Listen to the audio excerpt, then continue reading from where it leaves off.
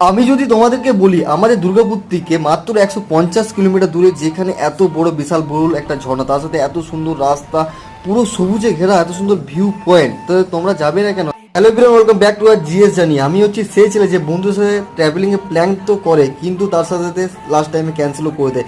Planning হলে প্রথমে জিজ্ঞেস করে ভাই কত টাকা খরচা হবে, কারণ আমাদের কাছে লাস্ট পর্যন্ত কোনো কিছু টাকাই থাকে না, কি করব।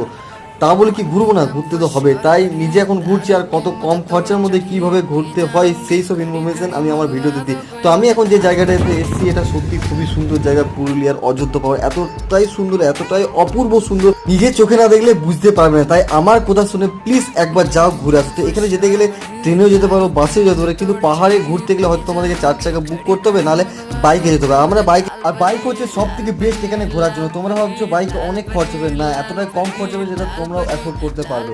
কত টাকা খরচ হবে, কোথায় থাকবে, কি খাবে, সব কিছু ব্যাপারে জানার জন্য